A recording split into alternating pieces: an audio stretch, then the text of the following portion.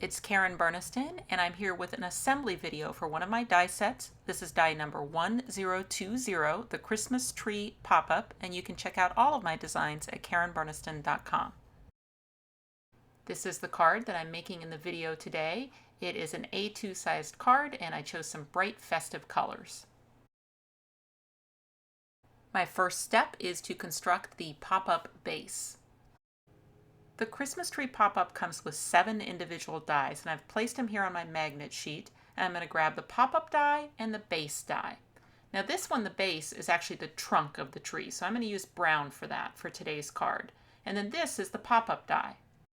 There's a triangle-shaped hole in the die that should always point towards the front edge of the card, and then the alignment nubs go over the fold of the card. And those can go anywhere along the fold, but the tree needs to have a certain amount of distance behind the die if the tree is going to be hidden by the card itself.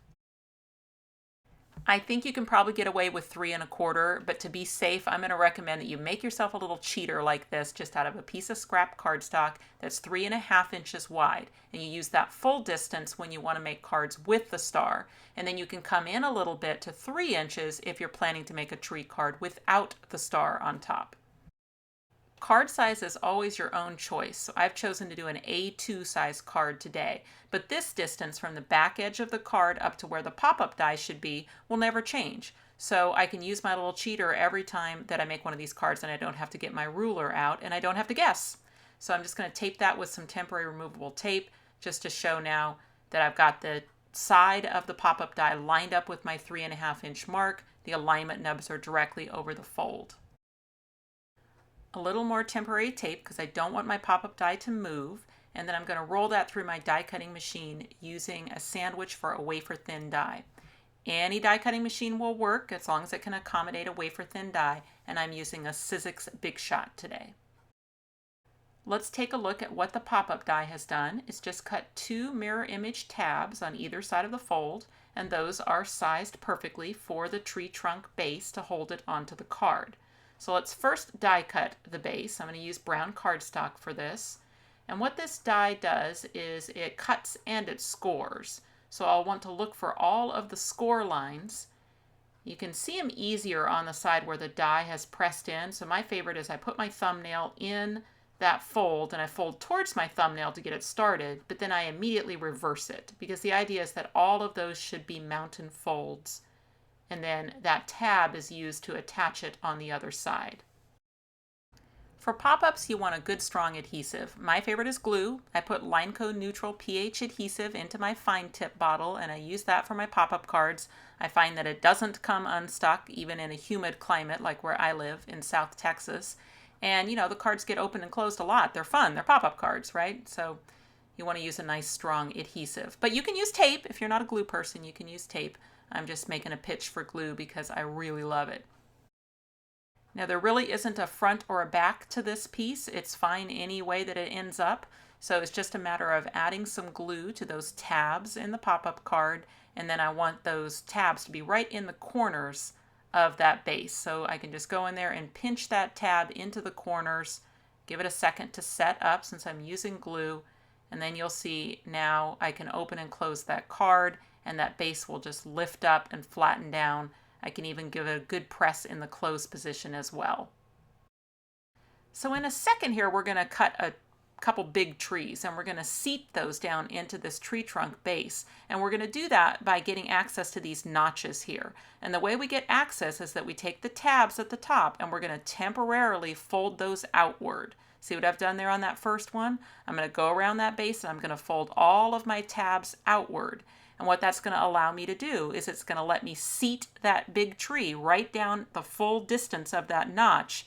And then those tabs will actually go through the big tree. And that will all make sense in just a second when we get to our next step. And that step is adding the big trees. This is the die that I'll use to cut my 2 big trees. And while I'm in the business of cutting trees, I might as well just go ahead and cut my 2 sets of small trees as well. So I've got some green cardstock here. I've got a piece that's big enough for my 2 big trees. And then I've also got 2 pieces because I need to cut the small set twice. But I can stack that up on top of each other and cut them both at the same time if the cardstock isn't too thick. So I leave it to you to test your cardstock and see if that's possible. What you may want to do if you're going to cut your sets of small trees 2 at a time is you may want to roll through your machine and then back through so that you get that double pressure on it. So the small tree die is already connected to each other, and then it has tabs out on the side. And the idea is it's a mountain fold in the middle, and both the tabs are mountain folds as well. And I can do that on both pieces. I'll set aside my small trees for now because I need to first do the big trees. So they come out as 2 trees, one with notches, one with a slot. And the idea is that you get the notch on your notch tree into the slot at the bottom. And then you should be able to, depending on the thickness of your cardstock, you should be able to just carefully pull it through the slot so that that will hook it together. And you can see that those trees should swing freely, hooked together using that notch and slot system. Now at the base of those trees are holes. See them there? There's 4 holes, one on each side of the tree, and those are going to line up with those notches on your tree trunk base, so that the little tabs that have been temporarily folded outward are going to end up going through those holes on the base of the tree. Now, because of my camera angle, I'm attempting to do this in the air so that you can see what I'm doing, but honestly, it's a lot easier just to have your card sitting flat on the table and then bring your tree down from the top, trying to get that tree seated down into all of those notches where the tabs have been temporarily folded out of the way so that you have the ability to get that tree all the way as far as it'll go down into those notches. Then you can just carefully work the tabs back through the holes of the tree. And you got to, it's a little fussy. You got to go around and do it on all 4 sides. You'll get really good at it the more trees that you make. It doesn't take too long though. Just go around and work those little tabs back into those holes on your big tree. And then once you've got them in, your tree is now locked into position with the trunk. Now, if this is your first time making a tree, it is going to be difficult to resist the urge to close that card at this point and test it out. But try not to, because actually when you fold the card, it's going to bend some of your big tree branches on the back. And it's easier to get these small trees attached while you still have all 4 of those bottom tree branches with no bends in them. So it doesn't take but a second to add the small trees. You just need to, much like the big trees, you get the notch in the big tree into the slot on the small tree, and then just get that whole big tree kind of coming through the slot, and then you just click it in at the top. Super easy. Just click it right into position. You're going to do that with your set for the front of the tree, and then you're going to turn around and do it for a set on the back of the tree. Same thing. We want the notch on the big tree in the slot on the small tree, and then we're just going to kind of wiggle the branches of the big tree through the slot. When we get to the top, we're going to hold the top of the tree and just click it into position. Doing the same here. We need the slot to be nested into that notch on the big tree, and then up at the top we click it into position. And now you've got all 4 trees on there. See how quick and easy that was? Those ones are simple. Now you've got those tabs. See those tabs? That's what connects your small tree sets together. So you just need your strong glue or your tape or your glue dot. You're just going to add your glue to those tabs and then just press it to the other side.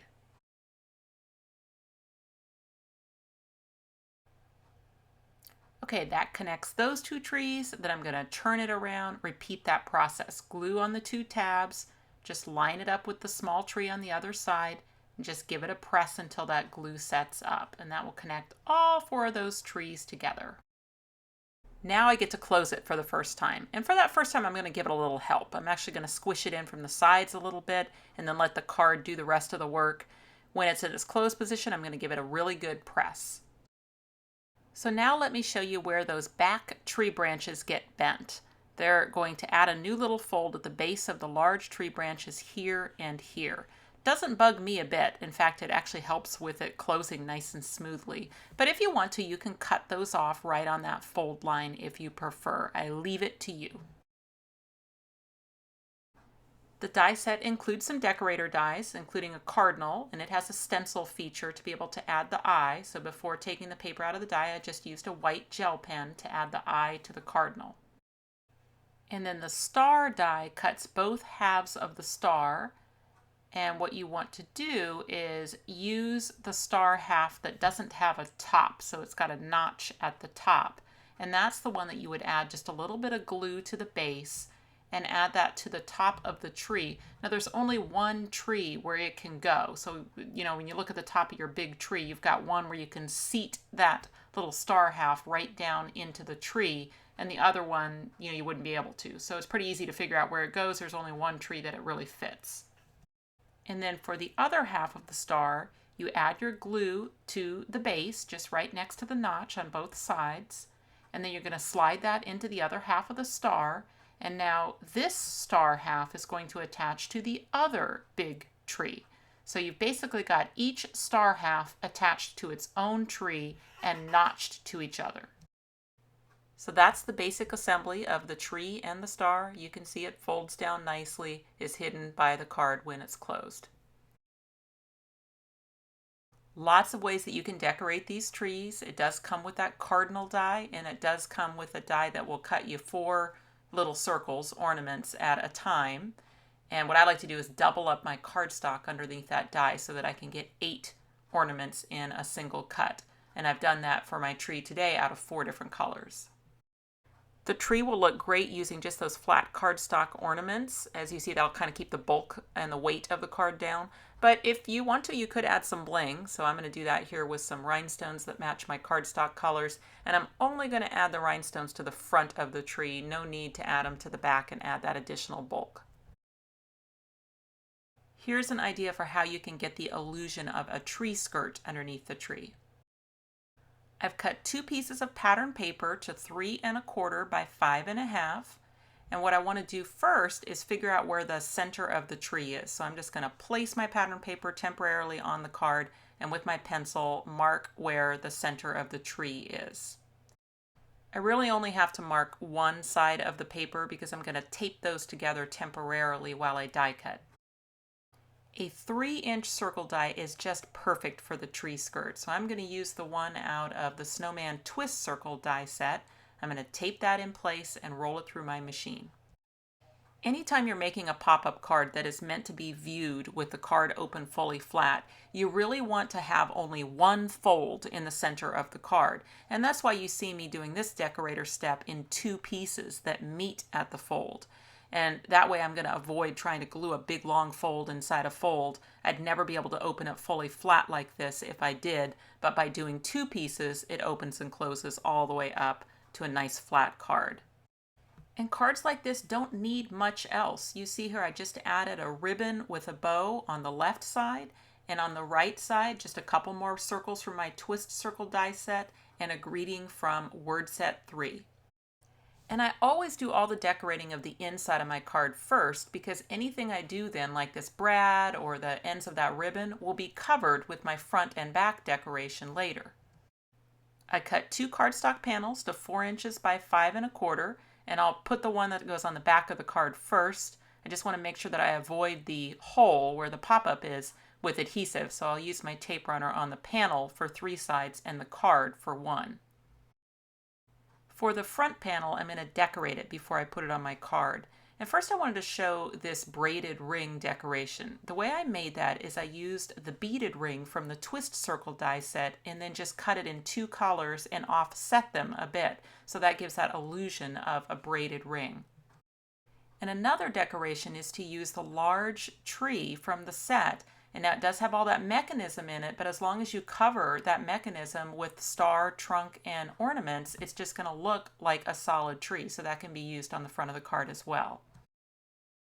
I used my Snowman twist circle again to make myself a snowman, and I just trimmed one of the circles to make that body shape on the bottom. And for the heart, I actually used this negative space in between the 2 small trees. I did have to trim the top little point to be a little bit more defined.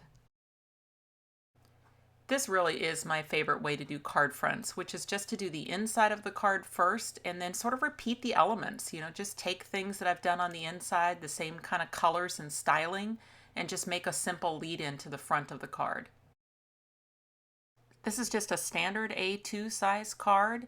It is probably going to need a little extra postage because of how many rhinestones, ribbon, and pop dots I put on it, but had I kept all of those embellishments flat, it would easily mail for a single stamp. So keep that in mind in your design phase if you're going to make a whole series of these for your holiday cards.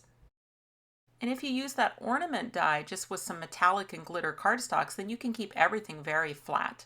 And speaking of flat, make sure in your tree skirt, like this one, I've inlaid that beaded circle. Make sure that that tree skirt is always flat, or you will create a catch point when your tree folds down. So that's not to say you can't make elaborate tree skirts, just do it with stamps or with inlaid dies, not with anything that has any dimension that could catch on the tree. My whole concept of die design is to give lots of individual dies that work really well together. So you'll find in this holiday collection little charms and things that will work great with the Christmas tree pop-up. Now, even though it's a Christmas tree, it doesn't have to be. It can be an evergreen tree, and I can see it being decorated, with hearts for Valentine's Day. So use this die year-round. It's a fun one. If you click on the website link, you'll go to KarenBurniston.com, where you can find out information about purchasing these dies, as well as links to all of my other social media accounts. You can subscribe to this YouTube channel and check out some of my other videos. Thanks so much for watching, and I'll see you next time.